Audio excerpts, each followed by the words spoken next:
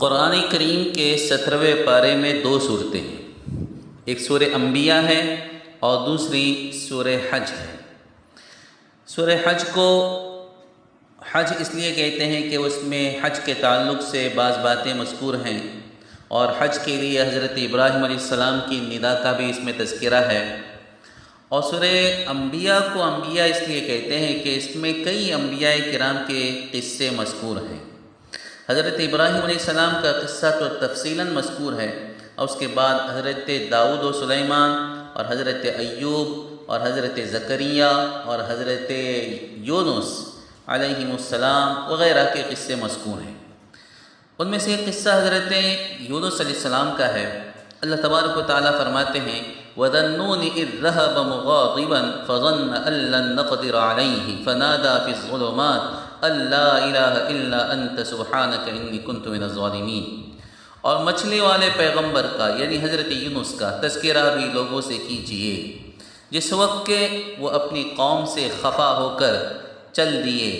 اور وہ یہ سمجھ رہے تھے کہ اس طرح سے ان کے جانے پر ہم داروگیر نہیں کریں گے۔ پھر اللہ تبارک و تعالیٰ کی طرف سے ایک ان کے ساتھ آزمائش پیش آئی، یا ان کو مچھلی کے پیٹ پہ رہنا پڑا، تو فنادا فی الظلمات، ان اندھیریوں میں رہ کر انہوں نے اپنے رب کو پکارا، اللہ الہ الا انت سبحانک انی کنت من الظالمین، کہ میرے رب تیرے سوا کوئی معبود نہیں اور تو پاک ہے اور میں گنہگاروں میں سے ہوں، میں ظالمین میں سے ہوں۔ فاستجبنا له، ہم نے ان کی پکار کو سن لیا، ونجیناہ من الغم، اور ان کو غم سے نجات دے دی، وکذالک ننجی المؤمنین، اور اسی طرح ہم بچاتے ہیں اور نجات دیتے ہیں ایمان والوں کو۔ تفسیر ابن کثیر میں ان آیات کے تعلق سے حضرت یونس علیہ السلام کو جو واقعہ مذکور ہے وہ کچھ یوں ہے کہ حضرت یونس علیہ السلام کو علاقۂ موصل کی ایک بستی نینوا کے لوگوں کی ہدایت کے لیے بھیجا گیا تھا۔ حضرت یونس علیہ السلام نے ان کو ایمان اور اعمال صالحہ کی دعوت دی، اور ایک عرصے تک ان کو سمجھاتے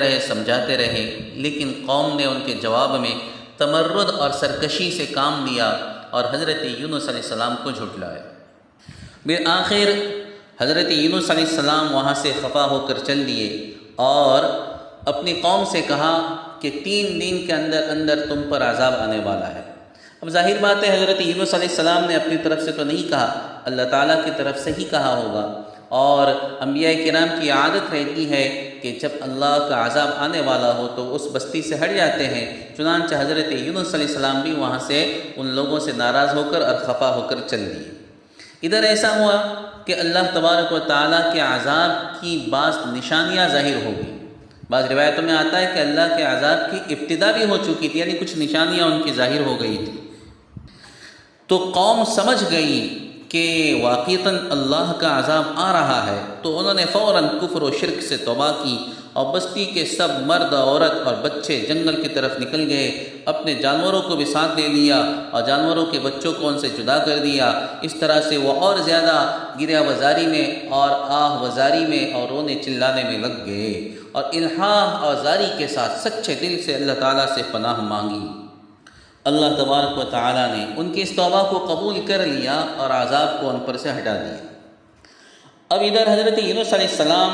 کچھ فاصلے پر اس انتظار میں رہے کہ قوم پر عذاب آ رہا ہے اور وہ قوم ہلاک ہو گئی ہوگی، لیکن جب آپ کو پتہ چلا کہ عذاب نہیں آیا اور قوم صحیح سالم اپنی جگہ ہے،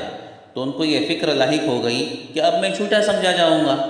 اور بعض روایت سے پتہ چلتا ہے کہ ان کی قوم میں رسم تھی کہ کسی کا جھوٹا ہونا ثابت ہو جائے تو اس کو قتل کر دیا جاتا تھا۔ اس طرح سے حضرت یونس علیہ السلام کو اپنی جان کا بھی خطرہ لاحق ہو گیا، تو حضرت یونس علیہ السلام نے اپنی قوم میں واپس جانے کی بجائے کسی دوسری جگہ کو ہجرت کرنے کے ارادے سے سفر اختیار کیا، حالانکہ اللہ تبارک و تعالیٰ کی طرف سے واضح حکم نہیں ملا تھا کہ آپ دوسری جگہ چلے جائیں۔ حضرت یونس علیہ السلام نے اپنے اجتہاد سے دوسری جگہ کا سفر کیا۔ راستے میں دریا تھا، اس کو پار کرنے کے لیے کشتی میں سوار ہوئے، جہاز میں سوار ہوئے۔ اتفاق سے وہ کشتی ایک گرداب میں ایسی پھنسی کہ غرق ہونے کا اور ڈوبنے کا خطرہ لاحق ہو گیا، اور ملاحوں نے یہ تجویز کیا کہ معلوم یوں ہوتا ہے کہ کشتی کے اندر کوئی نہ کوئی خطا کار شخص آیا ہوا ہے، یا پھر وہ اس عقیدے کے تھے کہ کسی انسان کو اگر دریا میں ڈال دیا جائے تو پھر کشتی محفوظ رہ سکتی ہے۔ بہرحال کیا کیا جائے، تو قرآن اندازی کی گئی، اور جب قرآن اندازی کی گئی تو حضرت یونس علیہ السلام کا نام نکل آیا۔ کشتی والے ان کو جانتے تھے، یہ تو بڑے بزرگ آدمی ہیں، لہٰذا دوبارہ قرآن اندازی کی کہ نہیں، آپ کو تو نہیں ڈالا جا سکتا دریا کے اندر۔ دوبارہ قرآن اندازی کی گئی، حضرت یونس کا نام نکل آیا۔ تیسری مرتبہ جب قرآن اندازی کی گئی تو پھر حضرت یونس علیہ السلام کا نام نکل آیا۔ اس پر حضرت یونس علیہ السلام کھڑے ہو گئے کہ واقعتاً میں ہی اس لائق ہوں کہ مجھ کو دریا میں ڈال دیا جائے۔ فساہم فکان من المدحضین، اور آپ نے اپنے غیر ضروری کپڑے اتارے اور دریا میں کود گئے۔ ادھر اللہ تعالیٰ کے حکم سے بحر اخضر سے ایک بہت ہی بڑی مچھلی کو اللہ نے حکم دیا، اور وہ دریاؤں کے پانیوں کو چیرتی پھاڑتی فوراً آن کی آن میں یہاں پہنچ گئی جہاں حضرت یونس علیہ السلام دریا میں کود رہے تھے۔ وہاں حضرت یونس نے دریا میں چھلانگ لگائی، وہاں مچھلی منہ کھول کر کھڑی تھی اور سیدھے آپ مچھلی کے پیٹ میں چلے گئے۔ اللہ تعالیٰ نے مچھلی کو یہ ہدایت فرما دی تھی کہ نہ ان کے گوشت کو کوئی نقصان پہنچے، نہ ہڈی کو کوئی نقصان پہنچے، یہ تیری غذا نہیں بلکہ تیرا پیٹ چند روز کے لیے ان کا قید خانہ ہے۔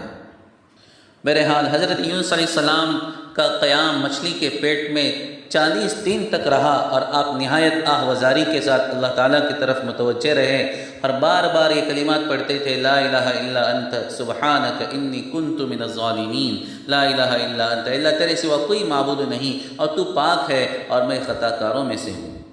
بالآخر اللہ تبارک و تعالیٰ نے آپ کی دعا کو قبول فرما لیا، اور 40 دن کے بعد مچھلی نے حضرت یونس علیہ السلام کو دریا کے کنارے پر جا کر اگل دیا،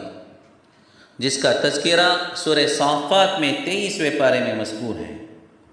اللہ تعالیٰ فرماتے ہیں فلولا انہ کان من المسبحین للبث فی بطنہ الی یوم یبعثون، اگر یونس تسبیح پڑھنے والے نہ ہوتے، یعنی یہ لا الہ الا انت سبحانک انی کنت من الظالمین، تو وہ قیامت تک کے لیے مچھلی کے پیٹ میں ہی رہتے، لیکن انہوں نے اللہ کے سامنے اپنی ایسی آہوازاری کو پیش کیا اور اللہ کو ایسے رحم آ گیا، اللہ کی تسبیح جو کرتے تھے حضرت یونس علیہ السلام، اللہ کو رحم آ گیا اور اللہ نے ان کو مچھلی کے پیٹ سے نجات دے دی۔ حضور پاک صلی اللہ تعالیٰ علیہ وسلم فرماتے ہیں کہ حضرت ذوالنون نے، یعنی حضرت یونس نے جو دعا مچھلی کے پیٹ کے اندر کی تھی، یعنی لا الہ الا انت سبحانک انی کنت من الظالمین، جو بھی مسلمان اپنے کسی مقصد کے لیے ان کلمات کے ساتھ دعا کرے گا، اللہ تعالیٰ اس کو ضرور قبول فرمائے گا۔ اس کو امام احمد نے اور امام ترمذی نے اور امام حاکم نے اس روایت کی تخریج کی ہے۔ اللہ تعالیٰ بھی ہمیں اپنے پیارے اور نیک بندوں میں شامل فرمائے، اپنے ان بندوں میں شامل فرمائے جن کو اللہ تبارک و تعالیٰ مسبحین یعنی تسبیح پڑھنے والے فرماتے ہیں اور آہ وزاری کرنے والے فرماتے ہیں۔ وآخر دعوانا الحمد للہ رب العالمین۔